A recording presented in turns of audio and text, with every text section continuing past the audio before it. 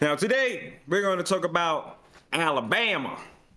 The Alabama Medical Cannabis Commission awarded integrated licenses to 5 companies to help start the state's new medical marijuana industry on Tuesday, voting to pick them out of 33 applicants. I don't trust anybody, so I would closely suggest that if anyone has any capability of checking to see how close these individuals that were picked could be related to the people who picked them, I would do it. Just saying. Just me. Just saying it. The AMCC could award no more than 5 integrated licenses under the medical marijuana law the legislature passed in 2021. The integrated companies will cultivate, process, transport, and dispense medical cannabis. Some steps remain over the next few weeks before that work begins, although the license have been awarded. They are not scheduled to be issued until January 9th. Before that, the AMCC will receive license fees and conduct site inspections. Commission Chair Rex Vaughn said he hoped that if there are no delays, that medical cannabis products could be available by spring 2024.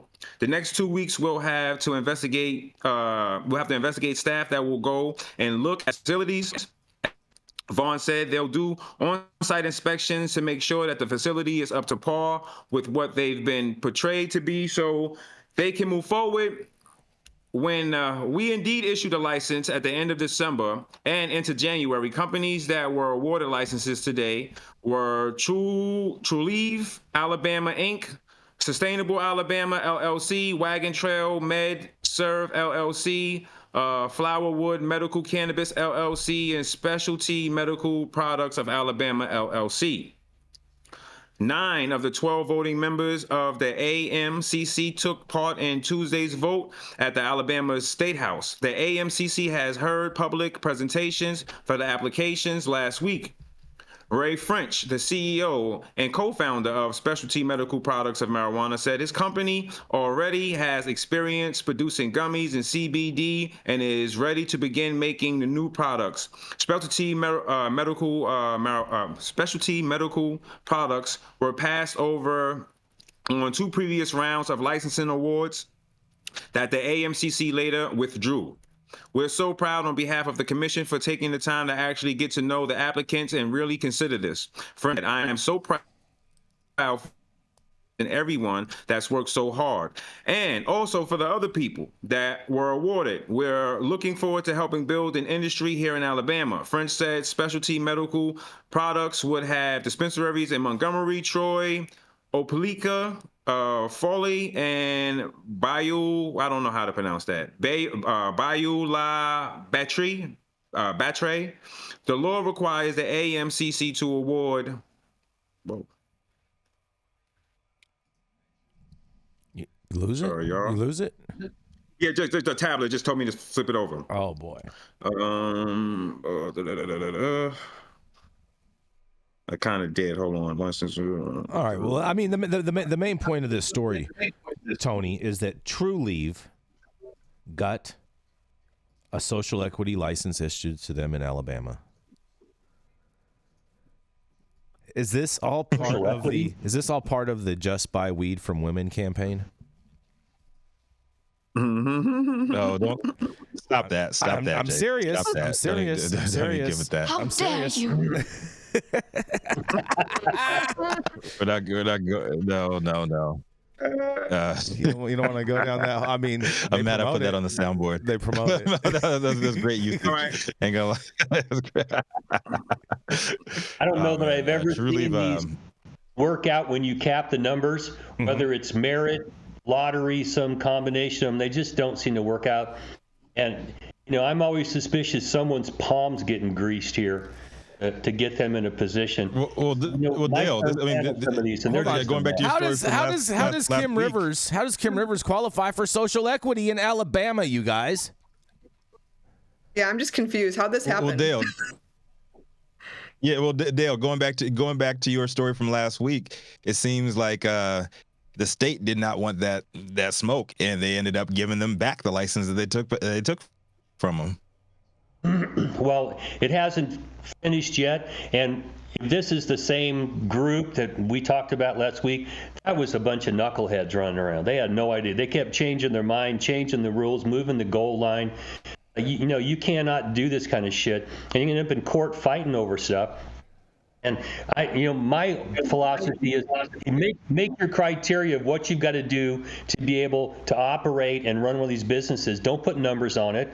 Let them go out. And if you can't run a business like everybody else starts a business, you fall on your face. Hey, you couldn't do it. Yep. Don't cap these things, because then you end up with corruption everywhere. That where there is progress by maybe I'm such a conspiracy theorist by now, it's because I'm black and I know enough to know that everything that comes gift wrapped in a bow comes with something else. So now the downside of this to me, I'm just telling you, the downside to this is to me is this. I've been in Alabama. I know how the police out there operate, and they're going to. This is just my opinion. They're going to have it legal so you could have medical cards and stuff like that on you. But for the people that don't have a card, for the people that are not paying for these cards, for people who are not paying into the system, I believe that they're going to be hitting them over the head. And I believe that they're going to have even more people being arrested for simple marijuana possessions and stuff like that. I think that is going to give them a lot more leeway to treat a lot more marijuana to treat people without cards a lot harsher than people with. A lot harsher. I think they're going to discriminate against people without cards to a great extent, because when you think about it, even when I was in California, it was like $100, right, to get a card, right? About $100. It's a lot less than that now, but yeah, okay, it has been $100 though, yeah. Well, I could just see it happen. Iola Battery was from Forrest Gump, and that was one of those towns that were on there that you were. That's where Bubba had his Bubba Gump family. But I agree with Tony here that if they give one group some power, it means they're going to punish the shit out of people not following those rules, or try to. And Alabama is not California. Mm-hmm. I mean, they don't have a history of liking weed at all. So I wouldn't want to be caught in Alabama. Or black people. But black again, that too. Again, it's about this is Alabama, so this is a state that we already know economically isn't producing the most, so they're going to try to make the most out of everything. So while they're saying, ooh, we're going to give you guys medical marijuana and you'll be able to have medical marijuana, behind the scenes they're like, and whoever doesn't buy this card in particular to go and get this marijuana, we're going to throw their ass in jail. Mm-hmm. We're going to have people paying out fines and everything else for not doing it, and then mess around and then prohibit someone from even getting a card if they've been arrested a few times and for simple possession without having a card on them. I'm just saying, keep track of everything. And it's a Trulieve, whatever Trulieve this company is. Trulieve. Follow the money. Yeah, I think I'm going to have to do my own investigation to make sure that they're not lined up with Trucell, the people who stole the patent for the HIV protection. They stole it from an African doctor. And people could say I'm crazy, but I'm not. Connect the dots. Connect the dots. Oh, man. I'm going to follow the money on Trulieve because that just sounds too funny to me. Oh, yes. boy, here we say go. I'm crazy. Let's go. I want to fund this investigation. That's right. Hey, look, it just takes maybe like 3 hours and $14. You just sit here online and just start looking.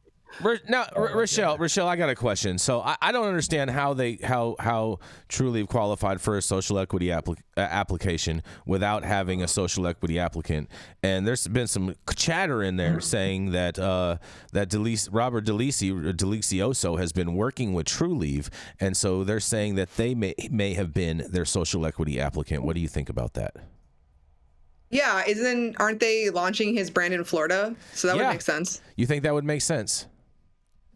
Yeah, I don't know what the Alabama connection is, but they could have, we don't know what the application said. Like, they could have found someone locally to be their social equity partner, I'm sure right? They did. But because there's no other way that it would have happened unless they were greasing palms, right? It just doesn't add up. Could you imagine since the social equity applicant has to be 51%, can you just see them saying, no, Kim Rivers, I don't want it like that. I want it like this. Oh, I could. I've seen it. I see it here in California that way. You're the social equity person. You own 51% theoretically. Yep. We have all these backstory contracts that don't give you any power, and we're running the whole show here. Sit down and shut the fuck up. But smile and put on your makeup when the cameras are on. Exactly. Yeah, exactly. I'm exactly cynical right. about this shit. Very true, Dale.